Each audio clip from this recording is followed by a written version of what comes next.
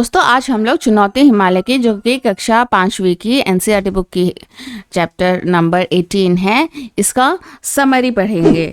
पाठ का सारांश बताऊंगी। अगर आप लोगों ने अच्छे से नहीं पढ़ा है तो मेरे डिस्क्रिप्शन बॉक्स में जो लिंक मिलता है उससे जाके आप पढ़ सकते हैं। इस पाठ में हमने क्या पढ़ा था कि एक बार जवाहरलाल नेहरू अपने चचेरे भाई के साथ कश्मीर घूमने निकले थे और जोजिला पास से होकर लद्दाखी इलाके की ओर चले आए थे। इस पिक्चर में आपको जोजिला पास का रास्ता दिखा रहे हैं। उन्हें अमरनाथ जाना था।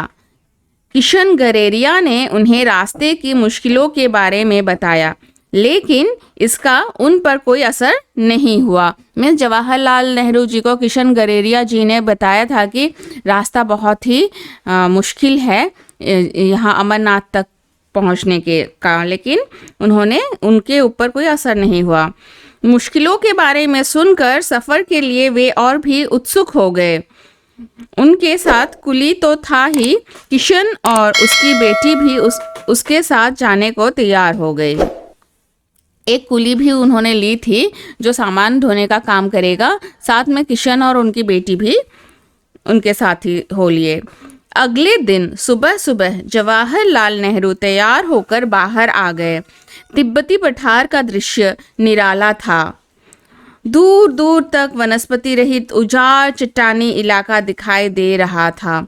तो क्या होता है कि तिब्बत जो है ये एक बहुत ही ऊंचे जगह का एक पठार है, तो वो वहाँ इतना पेड़ नहीं दिखते हैं, वनस्पति रहित बोला जा रहा है क्योंकि वहाँ वृक्ष पेड़ वेजिटेशन बिल्कुल भी नहीं होती है। बिल्कुल उजाड़ टाइप की एक चट्टान टाइप का दिखता है। सर्द हवा के झोंके हड्डियों तक ठंडक पहुंचा रहे थे। वहाँ जो हवा चल रही थी बहुत ही ठंडी और पूरे हड्डियों तक कपकपा रही थी, उनकी बर्फ से ढका हुआ था पूरा। ये देखिए लद्दाख, हाँ तो ये देखिए चीन का अभी एक पार्ट है तिब्बत। ये तिब्बत लिखा हुआ है, आपको दिख रहा होगा इस मैप में। जवाहरलाल जी ने हथेलियां आपस में रगड़कर गर्म की और कमर में रस्सी लपेटकर चलने को तैयार हो गए। हिमालय की दुर्गम पर्वतमाला एक बड़ी चुनौती थी जिसे उन्होंने सहर्ष स्वीकार किया। किशन गडेरिया उनका गाइड बन गया। जवाहरलाल ने 8 मील की चढ़ाई चढ़नी शुरू कर दी। 8 मील की दूरी कोई बहुत नहीं होती, लेकिन इन पहाड़ी रास्तों पर 8 कदम चलना मुश्किल लगने लगा। रास्ता सुनसान था।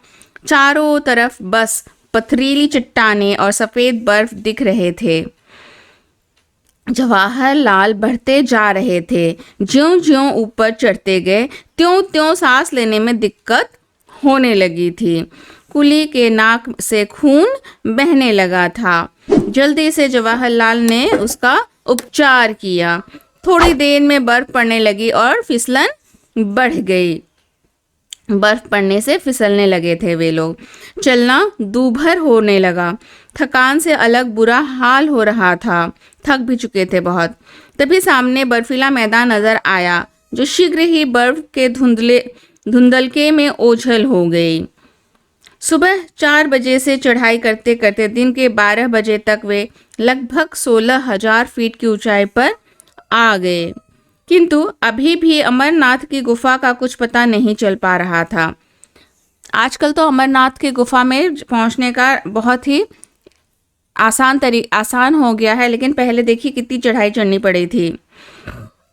जवाहरलाल अपने बुलंद इरादों के साथ हिमालय को चुनौती देते हुए दुर्गम पथ पार करने में जुटे थे। कुली ने उन्हें वापस कैंप में चलने की सलाह दी, लेकिन जवाहरलाल लौटने के बारे में ज़रा भी सोच नहीं सकते थे क्योंकि इतने आगे बढ़ गए थे। उसके बाद लौटने से ज़्यादा उन्हें गंतव्य स्थान तक पहुंचना ज़्यादा अच्छा लगा था। उन्हें अमरनाथ पहुंचना था। तभी किशन ने बताया कि अमरनाथ की गुफा तो दूर बर्फ के मैदान के पार है। फिर तो जवाहरलाल में और भी जोश आ गया। वे फुर्ती से बढ़ने लगे। आगे उन्हें गहरी खाइयाँ, बर्फ से ढके गड्ढे और फिसलन मिली। कभी पैर फिसलता तो कभी बर्फ में पैर अंदर धंसता जाता।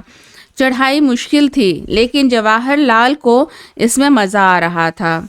अचानक उन्हें एक बड़ी गहरी खाई दिखी। इसके पहले कि वे अपने को संभालते, लड़खड़ाकर खाई में गिर पड़े। रस्सी से बंधे वे हवा में लटकने लगे। रस्सी ही उनका एकमात्र सहारा था, जिसे वे कस कर पकड़े थे। साथ के लोगों ने रस्सी खींचकर उन्हें बाहर निकालने की बात सोची, लेकिन जवाहरलाल ने उन्हें ऐसा नहीं करने दिया। उन्होंने खाई की दीवार से उभरी चट्टान को मजबूती से पकड़ लिया और पथरीले धरातल पर पैर जमा लिए। पैरों तले धरती के एहसास से जवाहरलाल की हिम्मत बढ़ गई। फिर स्वयं के प्रयास और कुली एवं किशन के सहयोग से वे किसी तरह ऊपर पहुंच गए। कपड़े झाड़ कर वे फिर चलने को तैयार हो गए। अब रोने का समय या फिर रुकने का समय नहीं था क्योंकि, लेकिन आगे गहरी और चौड़ी खाइयों की संख्या बहुत थी। खाइयाँ पार करने का उचित सामान भी किसी के पास न था। इस कारण जवाहरलाल को अमरनाथ तक का सफ़र अधूरा छोड़कर वापस लौटना पड़ा। अच्छा, क्योंकि खाई पार करने के लिए कुछ सामान की ज़रूरत होती है, जैसे कि एक रस्सी, एक एंकर, बहुत सारे सामानों की ज़रूरत होती है। वो नहीं होने के कारण उनको वहाँ से लौटना पड़ा। इसमें कुछ हार्ड वर्ड हमें मिले हैं, जैसे कि दृष्टि, दृष्टि यानी कि नज़र, निराला, निराला यानी कि सुंदर, स्पर्श, स्पर्श यानी कि छूना, गाइड, गाइड जो रास्ता बताने का काम करते हैं, दूभर, मुश्किल, दूभर मुश्किल, वीरान, सुनसान, सुकून, अच्छा एहसास, स्फूर्ति, तेजी, उपचार यानी कि इलाज, इरादा, इच्छा, हिम यानी कि बर्फ, शिखर यानी कि चोटी, मुकुट यानी कि ताज, ओझल आँखों से दूर हो जाना, दुर्गम, कठिन, ढल जाएगा, बीत जाएगा, हिदायत यानी कि चेतावनी, तादाद यानी कि संख्या। तो ये है इस लेसन के हार्ड वर्ड्स।